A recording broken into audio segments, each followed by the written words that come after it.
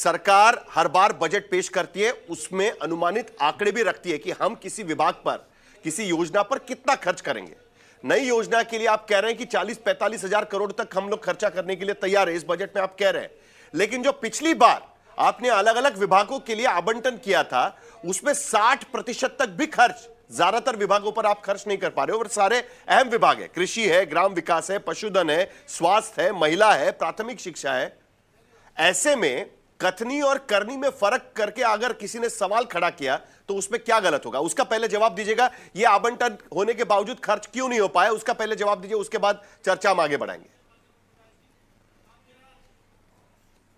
देखिए, किसी भी प्रोजेक्ट पे आपने कॉस्ट की एक एस्टीमेट बनाया, एक प्राकलन बना करके तैयार किया। मान लीजिए 100 करोड़ उस योजना पे खर्च होने थे।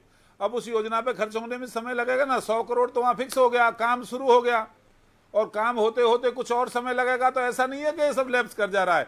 बहुत सारी योजनाएं पाइप में है, बहुत सारी योजनाएं जिन पर काम चल रहा है। आज काम होता है उत्तर प्रदेश में। गंगा एक्सप्रेसवे को कल्पना करेंगे ये बना सकते थे क्या? सहारनपुर से लेकर के और पूरा बलिया तक दुनिया का सबसे बड़ा, सबसे लंबा गंगा एक्सप्रेसवे बनने के लिए जा रहा है। देश को समर्पित करने वाली है सरकार बहुत जल्दी। तो ये लोग केवल ये झूठे आंकड़े निकालने का काम करते हैं, और जो पैसा शेष है वो भी खर्च होगा आने वाले समय में। कोई योजना जिस पर काम चल रहा है तो काम होते होते भी समय लगता है ना। और जहां तक बेसिक शिक्षा की बात कर रहे थे, अरे आप क्या छोड़ करके ये बताइए ना, आज किसी भी उत्तर प्रदेश के बेसिक स्कूल में आप चले जाइए, स्कूल में एकदम बढ़िया स्कूल की बिल्डिंग बनी होगी। हमने कायाकल्प योजना चला करके फर्श बिछाने का काम किया, टाइल्स लगाने का काम किया, फर्नीचर लगाने का काम किया, टीचरों के बैठने की व्यवस्था की, बिजली लगाने का काम किया, और वहां पढ़ाई का माहौल देने का काम किया। और आज हम स्मार्ट क्लास की तरफ बढ़ रहे हैं। बहुत सारे स्कूल्स में हमने स्मार्ट क्लास शुरू की हैं। आज वहां कोई बच्चा जाता है तो उसको फ्री में ड्रेस देते हैं, जूते देते हैं, जुर्राब देते हैं, उसको खाना देते हैं। आज उत्तर प्रदेश के अंदर जिस तरह से आगे बढ़ रहा है, और तो इनके समय पे क्या था? अच्छा, मेडिकल की ये बात कर रहे थे, कितने मेडिकल आप छोड़ के गए थे भाई जमई साहब, बताइए ना। आज उत्तर प्रदेश के हर जिले में मेडिकल कॉलेज बनाने की दिशा में हम अग्रसर हैं। कुछ ही जिले रह गए, चंद एक एक जिले में 2-2, 3-3 मेडिकल कॉलेज बन चुके हैं। 2-3 कहने का मतलब है कि भाई एस्टीमेट वो भी बहुत जल्दी हो जाएंगे। पूर्ण कई सारी योजनाएं, उनका कहना है कि पाइपलाइन में है, उसके वजह से विरोध हो रहा है। लेकिन सबसे पहले तो मुझे आपसे इस बात, जो मैंने सवाल इससे पहले भी पूछा था, कि खास करके काशी, मथुरा, अयोध्या या बाकी सांस्कृतिक धरोहरों पर जो खर्चा हो रहा है, या बाकी उसके विकास के लिए जो खर्चा, जो आवंटन किया गया है, क्या आपत्ति क्या है समाजवादी पार्टी को उस पूरे चीज को लेकर? इस पे ध्रुवीकरण की बुक क्यों आ रही है आपको? साहिल भाई, देखिए, आपत्ति की बात सिर्फ इतनी है कि हमारे नेता आदरणीय अखिलेश जी और हम लोग, आप सब लोग भी जानते हो कि जब काशी को क्योटो बनाने का बात कहा गया था, तो इंडो जापान जो फंडिंग था पूरे क्योटो को बनाने के लिए, तो क्योटो का मतलब ये था कि जो, जैसे माननीय अखिलेश यादव जी ने जो पुराना लखनऊ है हमारा, हमने उसको रिस्टोर किया। हमने उन हजारों साल की धरोहर को, यादों को, हमने उसको मायावती जी के मॉडल का कोई बिल्डिंग नहीं बनाया।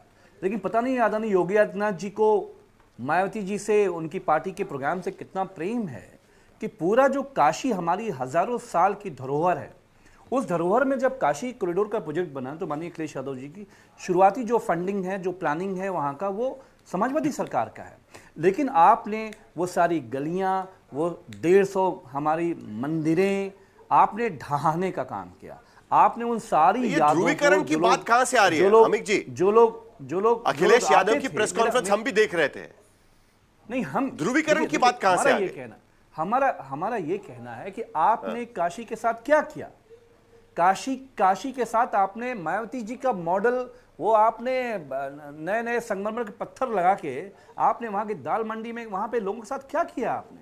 और ठीक है, आपने बजट एलोकेशंस किए हैं, लेकिन सवाल ये है कि हमारे 80% जो सनातन है उत्तर प्रदेश का, जो हिंदू है, जो मेजॉरिटी है, चलिए आपको मुसलमानों से कोई मतलब नहीं है, लेकिन शिक्षा का बजट आपका 50% आपका लैप्स है, आपका स्वास्थ्य का बजट लैप्स है। क्यों लैप्स है? आप देखिए, आप घुमा रहे हैं। आपको मैं आपको स्पेसिफिक पूछ रहा हूं, आप ही के पार्टी के तरफ से ध्रुवीकरण का आरोप लगाया गया है। अमित जमे, आप मुझे जरा क्लैरिफिकेशन दे दीजिए, या तो पार्टी ने लगाया हुआ आरोप गलत है, ये कह दीजिएगा। मैं आपसे, आपको ध्रुवीकरण की बुक क्यों आ रही है? साहिल जी, आरोप बिल्कुल ठीक है। सवाल ये है कि शिक्षा, स्वास्थ्य, एजुकेशन और एमएसएमई क्यों आरोप है? मैं वही पूछ रहा हूं, जरा इलैबोरेट करिए ना उस पर। तो उस पर सरकार का नहीं अमित जी, आप इलैबोरेट करिए ना, क्यों आरोप क्यों है? लेकिन क्या कारण है कि आपको यह लगता है? सिर्फ एक सुनिए ना, सिर्फ मेजोरिटेरियन, ऑथोरिटेरियन, एक ऐसे एक सिर्फ रिलीजन की पर्टिकुलर जो मोन्यूमेंट्स हैं उसमें आप पैसा खर्च करके आप ये दिखाना चाहते हो कि आप हिंदुत्व के सबसे बड़े झंडे बरदार हो, आप सबसे झंडा बरदार, यही तो आप दिखाना चाहते हैं। इसी की बात माननीय अखिलेश यादव जी ने यानी कुल मिलाकर आपका कहना है कि जो मुस्लिम धरोहर है, जो मुस्लिम समुदाय से जुड़ी हुई सांस्कृतिक धरोहर है, उस पर कोई खर्चा नहीं हो रहा है, यही कहने की कोशिश कर रहे हैं ना? नहीं, हमारे यूपी का मिनिस्ट्री ऑफ टूरिज्म के जो भी मॉन्यूमेंट्स हैं उसको देख रेख से उत्तर प्रदेश की सरकार को कोई मतलब नहीं है। आप बजट दीजिए, लेकिन आप जानते हैं कि क्योटो जो बन रहा है काशी में, ये सारे जितने बड़े बड़े ठेकेदार हैं, मुख्यमंत्री के कार्यालय के जरिए गोरखपुर इसका कमीशन जा रहा है। राजेश चौधरी इसका जवाब देंगे, लेकिन सुरेंद्र राजपूत, क्या आप भी इस बात से इत्तेफाक रखते हैं कि जो मेजोरिटेरियन सांस्कृतिक धरोहर है, मेजोरिटी समाज की, उसी को तवज्जो दी जा रही है? समाजवादी पार्टी बार बार इस बात को कहने की कोशिश कर रही है। और क्या आपको भी लगता है यह विदाई बजट है या जो कहा गया है? साहिल भाई, वो बड़ा पुराना शेर था ना कि झूठ बोला है तो उस पर कायम भी रहो जफर, आदमी को साहिबे किरदार होना चाहिए। ये लोग साहिबे किरदार होते ही नहीं है साहिल भाई। कह रहे हैं 9 लाख करोड़ का बजट। पिछले 8 सालों में, 9 सालों में इन्होंने बजट का आउटले कभी 3 लाख, फिर 4 लाख, फिर 7 लाख, फिर 9 लाख, लेकिन पिछले सारे के सारे बजटों में एक चीज समान है कि इन्होंने ऑन एंड एवरेज 30%, 27 से लेकर 30% बजट कम खर्च किया। एक साल में नहीं, पूरे 9 के 9 साल में। अब अगर ये 9 लाख का बजट है तो सीधे सीधे 6 लाख करोड़ का हो गया ना आपके सामने। आप इस चीज को देखिए, ये जो आंकड़ों की बाजीगरी ये लोग कर रहे हैं, ये अपने आप में अक्षम्य अपराध की तरह कितना झूठ बोलेंगे। आप एक चीज देखिए, बेसिक शिक्षा में कह रहे हैं 62% खर्च कर दिया, मान लिया 62%। अब 62% में बेसिक शिक्षा में यह बता दो कि भैया तनख्वाह कितनी है, तो उस 62% का 90% तनख्वाह का है। यानी इन्होंने विकास के लिए कोई काम नहीं किया।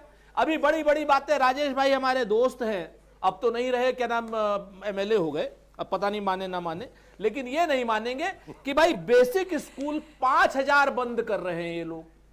जो लोग 5000 बेसिक स्कूल बंद कर रहे हो, यानी 5000 शिक्षक खत्म कर रहे हो, 5000 स्कूल कम कर रहे हो, 50,000 बच्चे आप खत्म कर रहे हो। लेकिन सुरेंद्र राजपूत जी, 2 लाख करोड़ का कैपिटल एक्सपेंडिचर का दावा है, 2 लाख करोड़ का, पूरे देश के लिए 12 लाख करोड़ कैपिटल एक्सपेंडिचर। अच्छा, उत्तर प्रदेश के लिए 2 लाख करोड़ का दावा रखा है। अब बात कहने को तो इन्होंने 40 लाख करोड़ का एमओयू भी तो साइन कर लिया था ना भाई। बोलना है, झूठ बोलना है, कुछ भी बोलते रहो।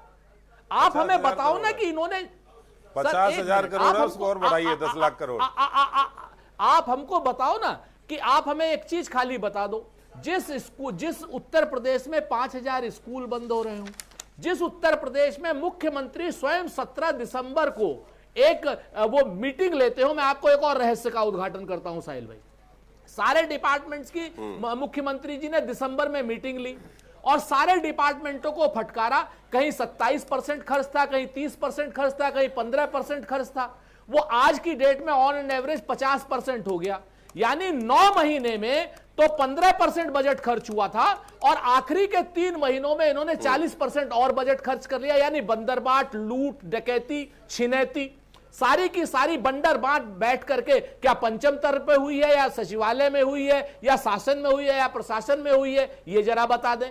जहां आप ये भी कह रहे हो ना बाल विकास में 44%, दिसंबर में कह रहे थे 15% खर्च हुआ है, बाकी 30% अचानक से 3 महीने में, यानी 9 महीने में 14%, 15% और 3 महीने में 40% बजट।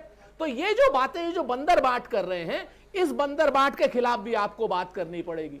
सारा का सारा भ्रामक है। अभी कह रहे थे कि पर कैपिटल इनकम, अरे देश में राजेश चौधरी जी पर कैपिटल इनकम क्या नाम, हिंदुस्तान के एवरेज से 24 राज्य नीचे है उत्तर प्रदेश। नेशनल पर कैपिटल इनकम 2,11,000 है और हमारी पर कैपिटल इनकम 1,09,000 है उत्तर प्रदेश की। और दुनिया का तो आप माशाअल्लाह छोड़ ही दीजिए, दुनिया में तो आप 200वें नंबर पर होंगे। आप समझ लीजिए इस बात को। है क्या कि आप और जरा जल्दी से सुनिए राजपूत जी, राजेश चौधरी जवाब देंगे, उससे पहले जरा इस पर भी जवाब दे दीजिएगा जो समाजवादी पार्टी का आरोप है ध्रुवीकरण का, उस पर भी जवाब दीजिए। दोनों के साथ में जवाब ले लेंगे। अब उसका भी जवाब ले लीजिए। जिस सनातन धर्म के नाम पर 400 करोड़ रुपए देने की बात कर रहे हैं आदरणीय योगी आदित्यनाथ जी, उसी सनातन धर्म के सबसे परम पूज्य गुरु जो साक्षात शंकर के अवतार हैं, उनको पालकी को क्या नाम गंगा नहीं नहाने दिया गया। उनके बटुकों को, छोटे छोटे बच्चे हैं, ब्राह्मणों के बच्चे हैं, इतनी लंबी लंबी उनकी शिखाएं थी, उनको निकाल निकाल करके जूतों से मारा गया। उनकी शिखाओं जिसमें साक्षात देवी का वास होता है, उन शिखाओं को नोच नोच करके जूतों से और बूटों से मारा भारतीय जनता पार्टी ने। और वो भारतीय जनता पार्टी सनातन धर्म का विकास करेगी? आप इस चीज को सोच सकते हैं? वहां पर भी ये लोग बंदर बाट करेंगे। चंदा चोर हैं ये लोग राम मंदिर के नाम पर चंदा चुराते हैं, बटुकों को मारते हैं, एक बार फिर वही आरोप कि धर्म का विकास करेंगे।